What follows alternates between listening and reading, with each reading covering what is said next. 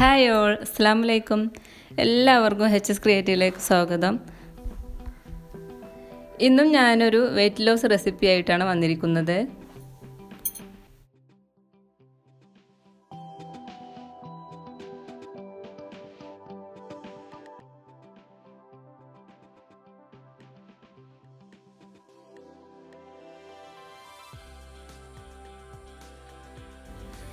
ഇത് weight loss ആഗ്രഹിക്കുന്നവർക്ക് ആഴ്ചയിൽ 3-4 ദിവസം ബ്രേക്ക്ഫാസ്റ്റ് ആയോ ലഞ്ചായോ അല്ലെങ്കിൽ ഡിന്നറായോ ട്രൈ ചെയ്യാൻ പറ്റിയ ഒരു റെസിപ്പിയാണ്.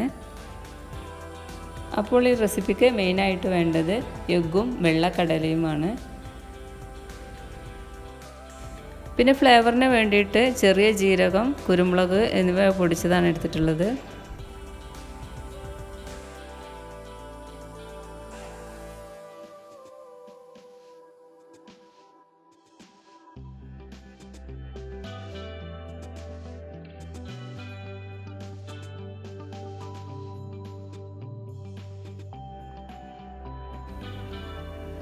പിന്നെ ഈ സലാഡിന് വേണ്ടിയിട്ടുള്ള മറ്റ് വെജിറ്റബിൾസും കൂടെയാണ് വേണ്ടത്. അപ്പോൾ നമുക്കിത് ഒന്ന് വിശദമായിട്ട് പരിചയപ്പെടാം. അപ്പോൾ ഞാൻ ഇതിന് വേണ്ടിയിട്ട് വെള്ളക്കടല 1 കപ്പ് എടുത്തിട്ടുണ്ട്. അത് ആദ്യം തന്നെ ഒരു 4-5 മണിക്കൂർ വെള്ളത്തിൽ കുതിർത്തെടുക്കണം. എന്നിട്ട് കുക്കറിൽ നന്നായിട്ട് വേവിച്ചെടുക്കുക. പിന്നെ ഇതിലേക്ക് ഞാൻ ചെറിയ ഉള്ളി ചെറുതായിട്ട് റൗണ്ടിൽ അരിഞ്ഞത് എടുത്തിട്ടുണ്ട്. പിന്നെ ക്യാപ്സിക്കം റെഡ് കളറും ഗ്രീനും യെല്ലോയും എടുത്തിട്ടുണ്ട്. പിന്നെ മല്ലിച്ചപ്പ്, തക്കാളി ഇവയെല്ലാം കൂടി എടുത്തിട്ടുണ്ട്. പിന്നെ ഇതിലേക്ക് കുരുമുളക് പൊടിച്ചത്, ചെറിയ ജീരകം പൊടിച്ചത്, സോൾട്ട് ഇവ കൂടി എടുത്ത് വെച്ചിട്ടുണ്ട്. അപ്പോൾ ആദ്യം തന്നെ നമുക്ക് ഈ കടല, കുതിർത്ത് വെച്ച കടല ഉണ്ടല്ലോ, ഇത് നന്നായി കുക്കറിൽ ഉപ്പ് ചേർത്ത് വേവിച്ചെടുക്കാം.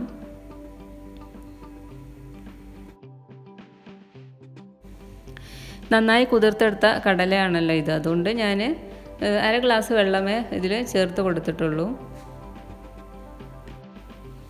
ഇനി ഇത് നന്നായിട്ട് വേവിച്ചെടുക്കാം. ഫസ്റ്റ് വിസിൽ വന്നതിന് ശേഷം ഒരു 10 മിനിറ്റ് കൂടി ലോ ഫ്ലെയിമിൽ വെച്ചാൽ മതി, നന്നായി വെന്ത് കിട്ടും. ഇനി ഇതിന് വേണ്ട എഗ്ഗ് വേവിച്ചെടുക്കാം കേട്ടോ. അതിന് വേണ്ടി ഞാൻ 2 ടീ കപ്പ് എടുത്തിട്ടുണ്ട്.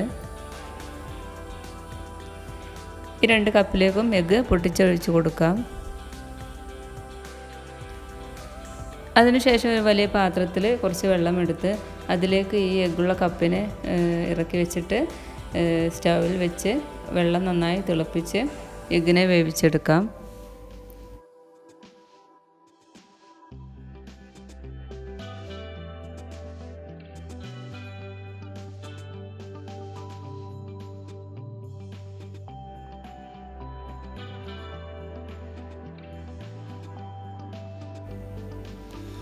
വെള്ളം നന്നായി തിളച്ച് വരുന്നുണ്ട്. ഇത് ശരിക്കും മൂടി വെച്ചിട്ട് ഒരു 5 മിനിറ്റ് മൂടി വെച്ചാൽ തന്നെ എഗ്ഗ് നന്നായി വെന്ത് കിട്ടും.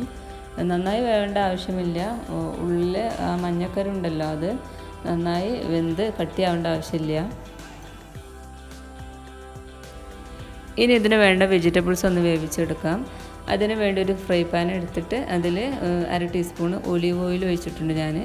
അതിലേക്ക് ചെറിയ ഉള്ളി അരിഞ്ഞതിട്ട് വഴറ്റിയതിന് ശേഷം വെജിറ്റബിൾസ് ഓരോന്നായിട്ട് ചേർത്ത് കൊടുക്കുക.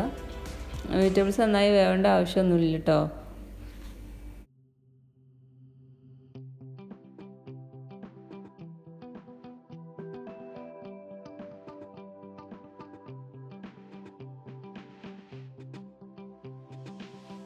ഈ വെജിറ്റബിൾസിൻ്റെ നിറം മാറുവോളം വഴറ്റിയെടുക്കേണ്ട ആവശ്യമൊന്നുമില്ല കേട്ടോ.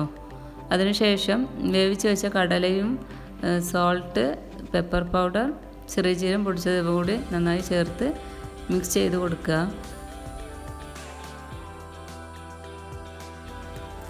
അപ്പോഴേക്കും ഇവിടെ പോച്ചഡ് എഗ്ഗ് റെഡി ആയിട്ടുണ്ട്.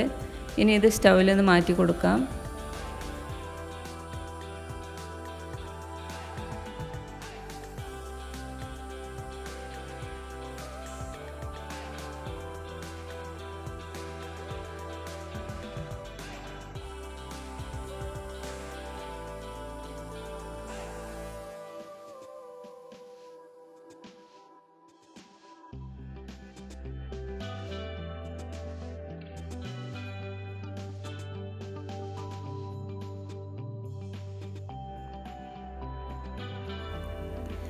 ഇനി ഈ എഗ്ഗിനെ ഒരു സ്പൂൺ ഉപയോഗിച്ചിട്ട് കോരി എടുത്തിട്ട് സലാഡിൻ്റെ കൂടെ വെച്ച് കൊടുക്കാം.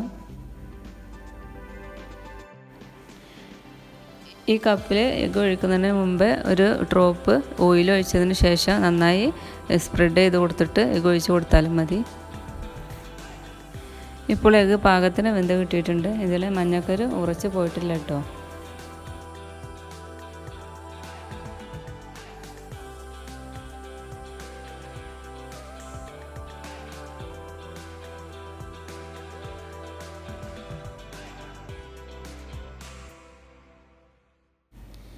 ഇനി ഈ സലാഡിന് ഒരു പാത്രത്തിലേക്ക് മാറ്റി അതിന് മുകളിലായി പോച്ചടി എഗ്ഗും കൂടെ വെച്ചിട്ട് സെർവ് ചെയ്യാം. ഇതിപ്പോൾ ഈ അളവിൽ 2 പേർക്ക് കഴിക്കാനുള്ളതുണ്ട് കേട്ടോ.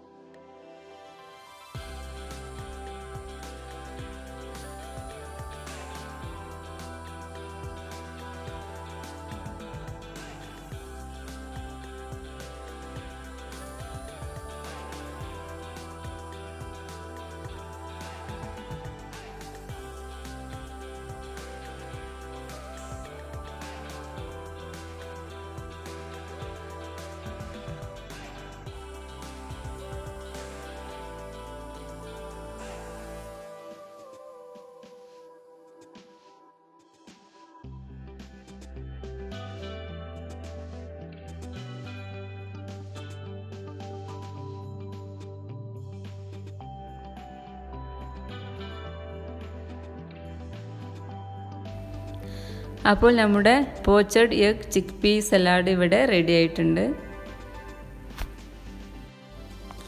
ചെറിയ ജീരകത്തിൻ്റെ ക്യാപ്സിക്കത്തിൻ്റെ നല്ല സ്മെല്ല് വരുന്നുണ്ട്. കഴിക്കാനും നല്ല ടേസ്റ്റാണ്.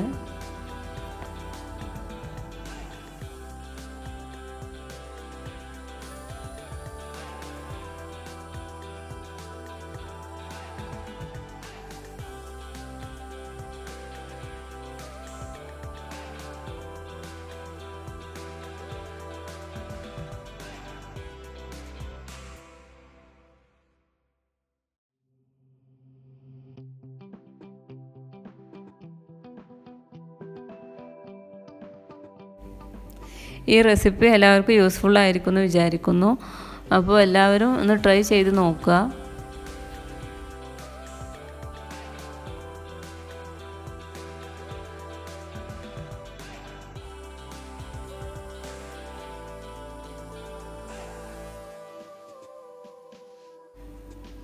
പിന്നെ എപ്പോഴും പറയുന്നത് പോലെ ലൈക്കും ഷെയറും ചെയ്ത് സപ്പോർട്ട് ചെയ്യുക.